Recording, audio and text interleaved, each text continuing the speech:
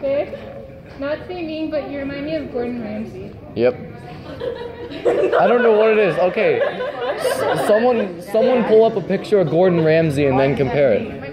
Okay, I'm gonna pull up a picture of Gordon. Give me Pull up a picture of Gordon Ramsay real quick. Yeah, I don't think he's attractive.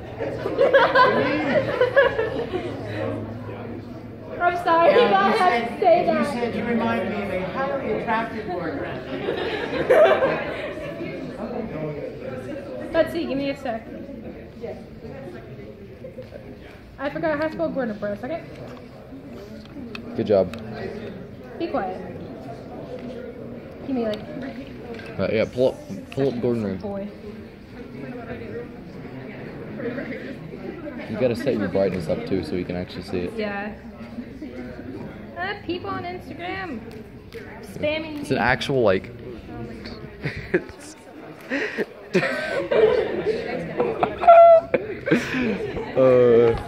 That's amazing. That is amazing. You're my friend. Oh. Great, you made enemies with your favorite actor. Voice actor, Voice Edward actor. Alec? I Yes. made a very big mistake putting this nice comfy couch up here. We still have 6 or 7 minutes before we start, so we'll just chill for a while. Why am I in? Talk amongst yourselves. Mill around. Don't think about Echo! knowing how you made me feel. Should've been gone. Oh, that's awesome. Like you're stuck in a cave somewhere. Hello? Is anybody there? Somebody help me, please? Can I have the I fell down here. Help me. the OC thing? I'm not wrong. Like, there is reverb. You can hear it. See, because right now I'm behind the speakers. So I think I hear it, but you would hear it better than I would.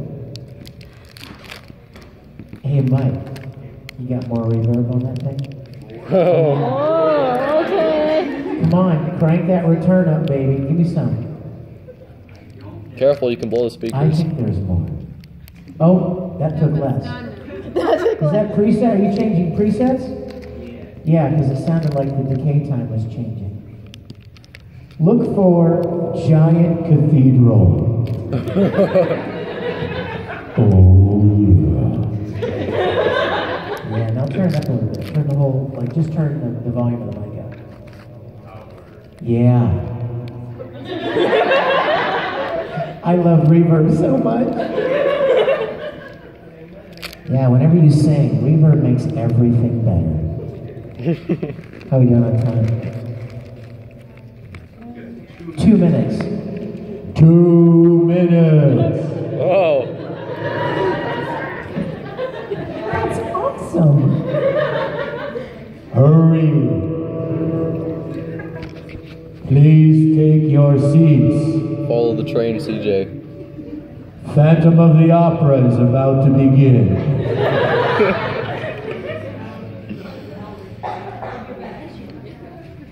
Let me be your freedom. Let me be your life. You're safe. Nothing can harm you. My word will go and call you.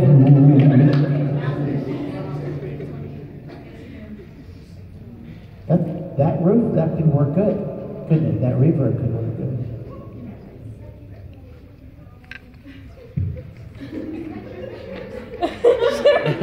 And 29. You have 1 minute. Deal with it. Tell us about the bagels, Gordon Ramsay. Yeah. Like I said, I'm sorry. Gordon Ramsay is dead. What's your favorite bagel recipe? I, the creature in the cave, destroyed you. Yay!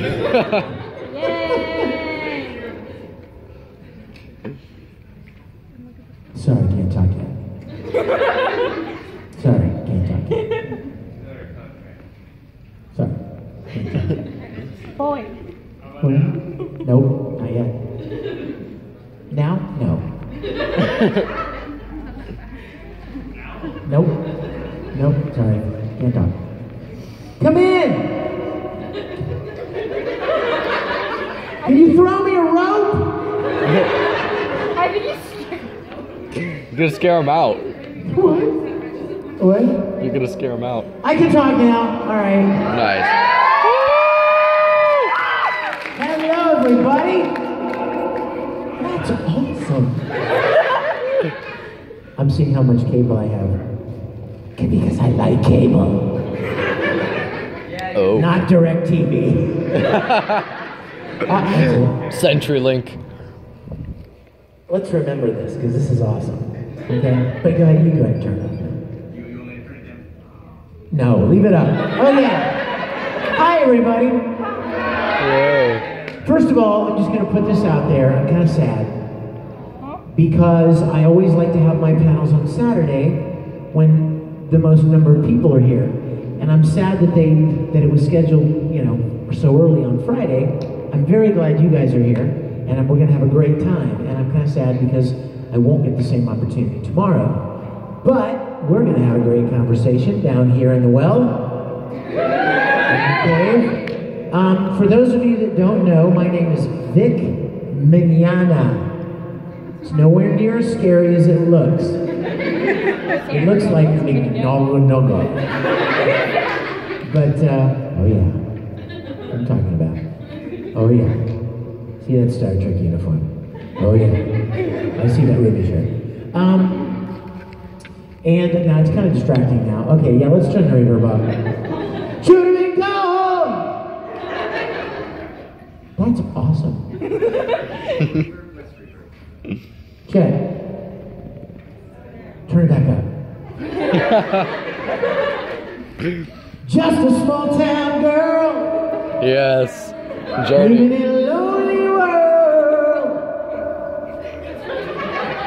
She took the midnight train going anywhere. Goodbye, no copyright. It even makes bad singers sound good. Okay, let's go. Where was I? Yeah, my weird name. Yes, it's Italian. How do you spell lasagna? Lasagna. But you don't say lasagna. Lasagna. But, Lasagna. Lasagna. Bologna. Filet mignon. Joe Mantegna. It's the GN combination makes a nya sound in Italiano. So if you and me went to the old country, we would say mignogna.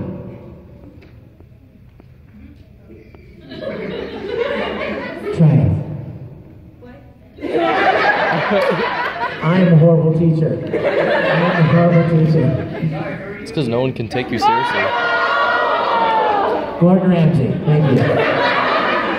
I thought we established that. I've been voice acting for about 20 years. Oh, can you believe that crap? How has it been that long? Somebody's breaking in. Intruder! They're here to go. I've done over 300 different animated series and video games, probably more, but who's counting, right? I'm one of the older voice actors, I think. Just been around a while, you know? Not old, just tired. I've been to Anime Oasis before, and I love this show. I love it. And I'm getting to meet a lot of new people here today, apparently. How many of you, this is your first Anime Oasis? Really? Woo! You looking forward to it? Yeah. You're hoping to hook up, aren't you? I see it in your eyes, man. I'm sorry. I can tell. It's not a bad thing. I mean, if I were, what are you, 18, 17? 17, boom. I'm good at that, by the way. I would be too. So, a lot of cute girls who love anime, sci-fi, nerd girls.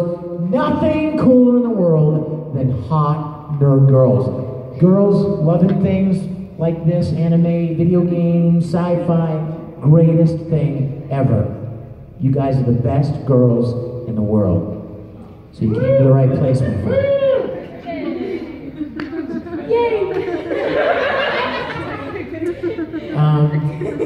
I've been voice acting for a long time, and I also have a web series that celebrates my childhood love.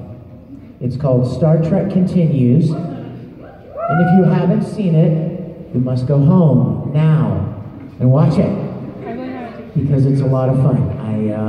I get to play my favorite childhood character, Captain Kirk, and we have 11 full-length episodes that are all online, and here comes the best part, they're free.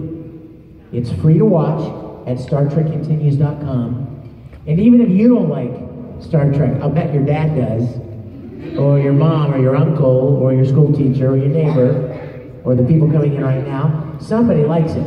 So let them know about it, and check it out, StarTrekContinues.com. You're gonna check it out, right?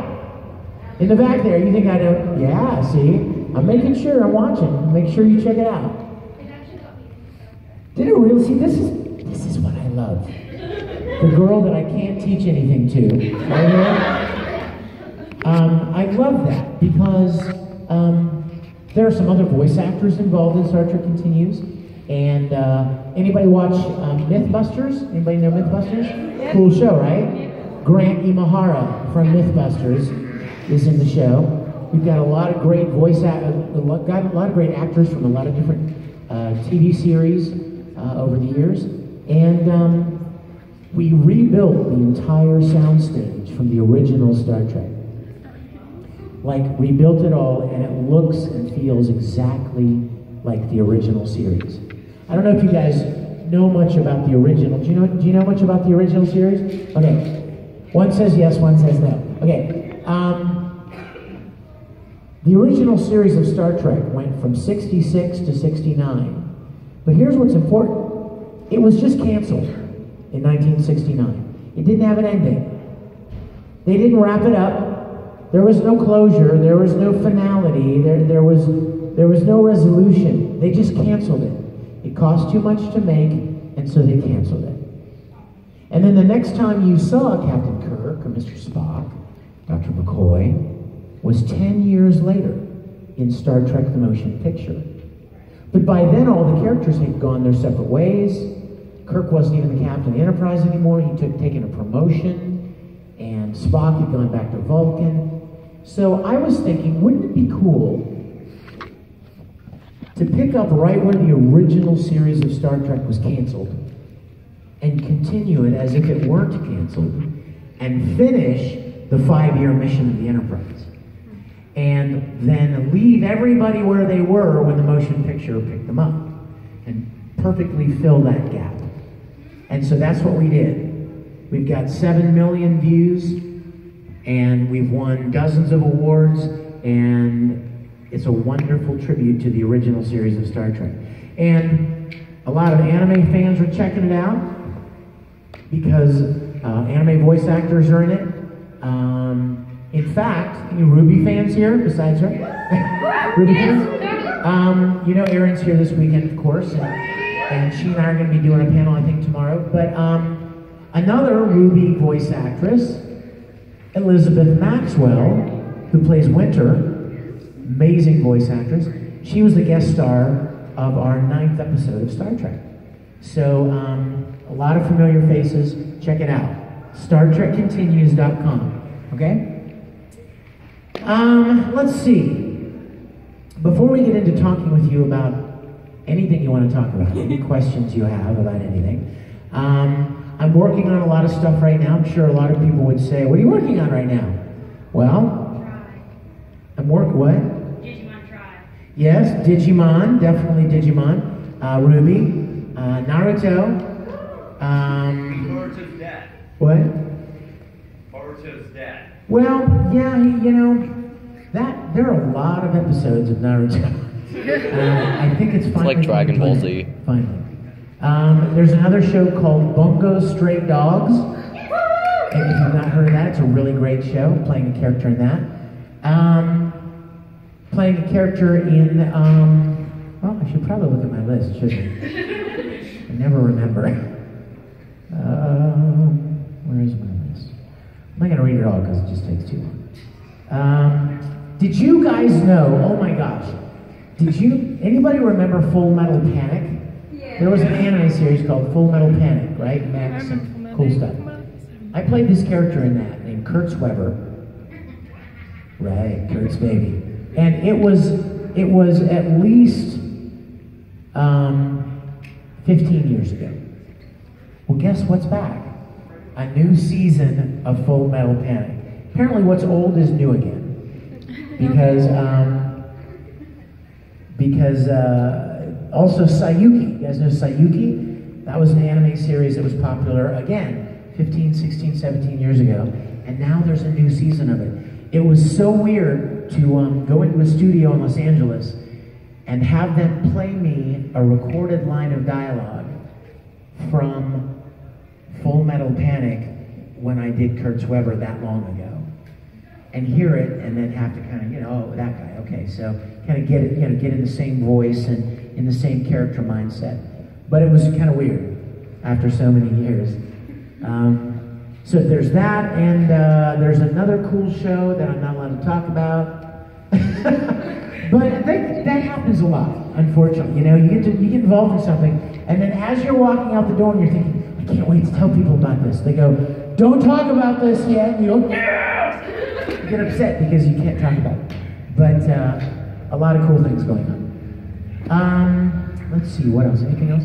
Right after main opening ceremonies, I have an autograph session at 6:15. I would be remiss not to tell you that I brought you some goodies. Don't get excited yet, you may not like the goodies. I have a lot of great shots, a lot of great headshots with different characters that you may like. Zero, Ed, Tamaki, Bagels. Crow. Bagels. What? Bagels. Yeah, even Eld from Attack on Titan. But I also brought music CDs. A lot of you guys wrote me emails leading up to this event and said, will you be bringing any of your music CDs? I know I was just joking around with the singing earlier, but I actually do music professionally, and I have a lot of original CDs, a lot of great music from anime series, and a lot of original stuff. I'll have those at the autograph session. And I also have something else at the autograph session. Back when we were recording Full Metal Alchemist, the first one, the very first one, I know, I love it so much. I was having so much fun recording that show that I wanted to cosplay. Oh. Why is that funny? I know, right? So I was thinking, okay, how could I play Ed? How could I do that? And so I wrote this little story whereby a grown man starts turning into an anime character. And then I started thinking, I don't think I've ever seen any voice actors cosplay as their characters. So I contacted a bunch of the other voice actors in Full Metal, and I said, hey, would you like to do this with me? And they're like, yeah. So we all got together one weekend in Houston, Texas, and we shot something called Full Metal Fantasy. Now, yeah. Oh no. Voice actors cosplaying as their characters. Oh no. Just let that picture sink in for a minute. Oh. Like, here's me as Edward Elric.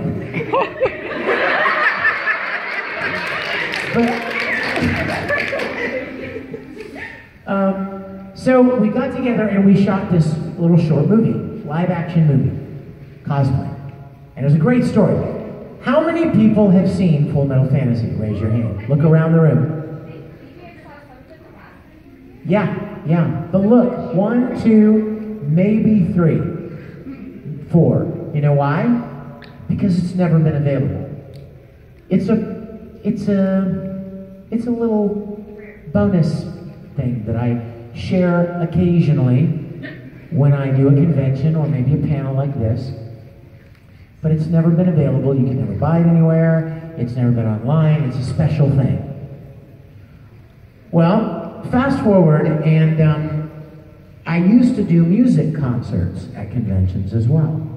I would do a live concert where I would do songs from Full Metal, Dean Angel, or in high school, Dragon Ball Z, Kai, you know, the theme song, and all kinds of stuff. And I did a big concert at an anime convention in Houston, Texas, a few years back. And they had like, it was a big, like, it's a big show, like 12, 13,000 attendees. And they had these really nice cameras and a big stage and colored, intelligent lighting, computer-controlled lighting, and fog machines, and all kinds of cool stuff for the concert. And I thought, well, now would be the perfect time to shoot the concert on video, to like make a live concert video. So I did. And as I was putting this live concert together, and it's great music and a great audience and good quality video, even has a Dolby 5.1 mix, as I was putting it together, somebody said to me, you know what? You ought to put Full Metal Fantasy on the concert DVD. And so, because I used to show it in the concert, I would show the movie, and then I would come out and I would sit at the piano and I would play and sing the Brothers theme from Full Metal. So it was a really nice segue, you know, from the movie into the Brothers theme. So I thought, you know what? I should probably do that. So, I'm happy to tell you that I brought a box of concert DVDs with me. I'll have them at the autograph session, and it includes Full Metal Fantasy, all kinds of great stuff. So if what I just described to you sounds like something fun, I'll have that at the autograph session, okay? Oh. As well as music and all kinds of other stuff. And that awesome guy will be there helping me, and hopefully I'll get to see all of you at 6:15 for the autograph session. So let's just talk for a while about any questions you have about anything. Yes, sir. Man, that guy's quick. See that? Yes. Before I ask my question, I just want to say this to you, Vic. You're one of my personal top 5 favorite actors in all of anime. Oh my gosh, thank you. Thank you. I am honored, sir. What is your name? Michael. Michael, thank you, sir. And seriously, you from Ed to Tamaki and... Oh, Tamaki. I do love the king. You're just so amazing and talented. And Thank you, sir. It's a dream come true to get to meet you in person. Well, God bless you. It's a pleasure to meet you, my friend. What's the question? Okay. Oh, I'm still shaking. Alright, so, okay, bring back your characters. One of my favorites has got to be Crow from Ruby. Crow. So, I love Crow. Yeah! Okay, so... I love Crow and I love vodka. Yeah. Okay, so my question is, what's the story behind it? How'd you get cast as good old Drunkle Crow? You know what? Ruby was the most unexpected gift. I was doing a convention in Australia years ago. Probably, what was that, 3 years ago maybe? Yeah, maybe 2 years ago. And there was a couple there. Guy and a girl, man and wife couple. I didn't know them. They were in the hotel where we were staying. And one day, I was down at the lounge. It was one evening, and a lot of the American guests were down at the lounge. And this girl and guy come up to me, and they say, hey, we're big fans of your work. Just wanted to say hello. And I'm like, well, hi, nice to meet you. What's your name? She said, my name's Lindsay. I'm like, hi, Lindsay. And her husband, Michael. And so, I didn't know who they were. I didn't know who Rooster Teeth was. I didn't know Ruby, nothing. And she says to me, we actually work on a show. Would you like to see some images from our show? And I was like, sure. So she reaches in her backpack and goes, and pulls out this iPad. And she starts showing me pictures, scrolling through pictures of Ruby. Like the character Ruby. And I was like, dang, this is really good stuff. I mean, when a fan tells you, look at my artwork, you really don't know what to expect, right? Right? I mean, it could be any varying different level of quality, right? Could be stick figures. It could. Or it could be like really good. And so I'm looking at it and I'm like, wow, this is really beautiful stuff, Lindsay. And then she said, do you want to see her fight? And I was like, yes. Yes. So she scrolls to swipes to a video. And she shows me this video of Ruby fighting. And it was amazing. I was like, dang, girl. Who are you? What is this? Is awesome. And they told me, yeah, we're with this company called Rooster Teeth, and we're working on this show. And I said, well, God bless you. Best of success. What a great project. Bye. So we came back from Australia, and a couple of weeks after we were back, I got an email. Hi, Vic. This is Michael. I met you in Australia. My wife and I were showing you the show that we work on. Is there any chance at all that you would play a role in this show? And I said, sure. I did not say, how much does it pay? I did not say, how is it going to be distributed? I did not say, well, is it popular? I didn't even know. I just like acting. So they offered me a chance to be a part of it. I said, sure. They said, we want you to play Ruby's Uncle Crow. And I'm like, okay, what does he look like?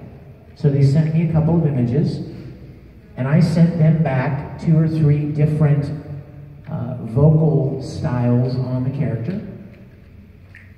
And they chose the one that you hear now when you watch Ruby. So that's how it came about. You know what else is really cool? Another thing that's really cool is that because it's original animation, all of those girls come together at Rooster Teeth and they record the shows together before the shows are animated. It's what we call prelay.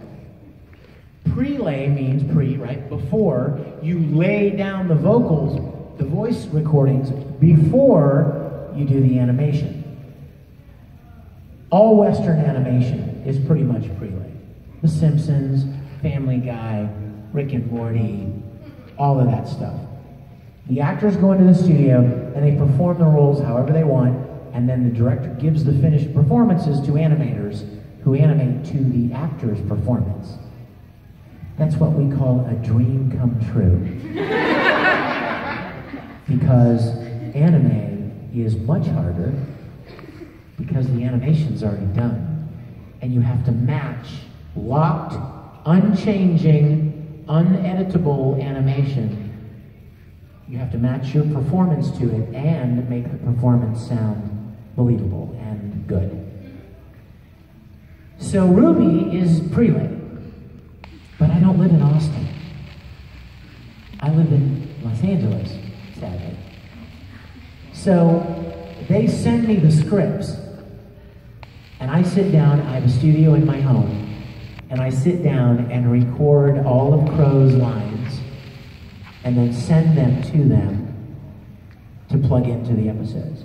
So I don't get the benefit of sitting with the other actors and doing the lines like a little radio play, you know, where you're there with the other actors and you're doing the scene together. It would be really fun, but unfortunately, I do all my lines alone. So Uncle Crow is all alone. One like equals. And sometimes I don't know exactly, like you can't always know what they want the line to be. I mean, how they want the line performed, right? For instance, I've used this example before, so if you've seen it online, I apologize, but it's a good example. Let's say they send me the script and Crow has a line of dialogue where he says, "What are you doing here?" Well, it's important for me as the actor to know who the heck I'm talking to and why I'm asking them what they're doing here. Are they a friend? Well, if they're a friend, it would be a happy thing, right? What are you doing here? Oh my gosh, right? If it's an enemy, what are you doing here? You see what I'm saying? It's the same line, but the intention is different. If I were talking to somebody that was right here, it might be, what are you doing here? Well, that wouldn't work if they were just walking in the door, would it? No. Because you'd have to sound like you're talking to somebody that's 50 feet away. What are you doing here? Do you see? Same line, 4 words. What are you doing here? 5 words. What you doing here? Okay, now it's 4. What are you doing in my But, swamp? so, the fact that I'm not in the studio with them, knowing exactly what it's supposed to be, I will send them like 3 versions of every line.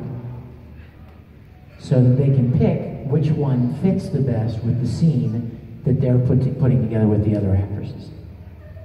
But I am so proud and honored to be a part of Ruby. I love that show, and back at the end of season 4, I was like, oh, you better not kill him. Oh, don't make me come down there to Austin. I will open up a can of whoop ass. You know what I mean? I was like, don't you kill him. They did. Yes, my dear. Were you always interested in anime or voice acting, and how did you? You know what? I was, but I didn't know it was anime. When I was a little boy, there was this show called Speed Racer. Oh my God, I love Speed Racer. I loved it. It was on every day, and it was weird. I didn't know why it was weird, but it was weird. You know what I mean? It didn't sound like Scooby-Doo. The animation style didn't look like Bugs Bunny, but I liked it. I didn't know why it looked and sounded so different, but I enjoyed it. There was another show called Kimba the White Lion. Yeah. Right? You know that? Oh my gosh. I loved Kimba's big pretty eyes, white tiger, white lion. So beautiful. I don't know why it was weird. I just liked it. Found out years later, it was from Japan. That's why it looked the way it did. The style was the way it was, because it was anime. So, yes, I liked anime. I just didn't even know it was anime. But I have to tell you a really great story. What's your name?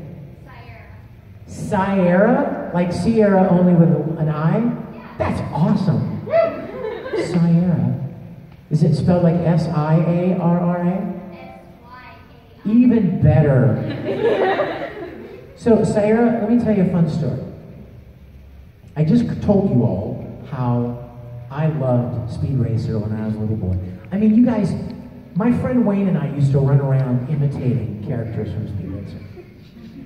Now, think about that in light of what I do now. At 12 and 13 years old, I was running around imitating voices from Speed Racer. Now, about maybe 7 years ago,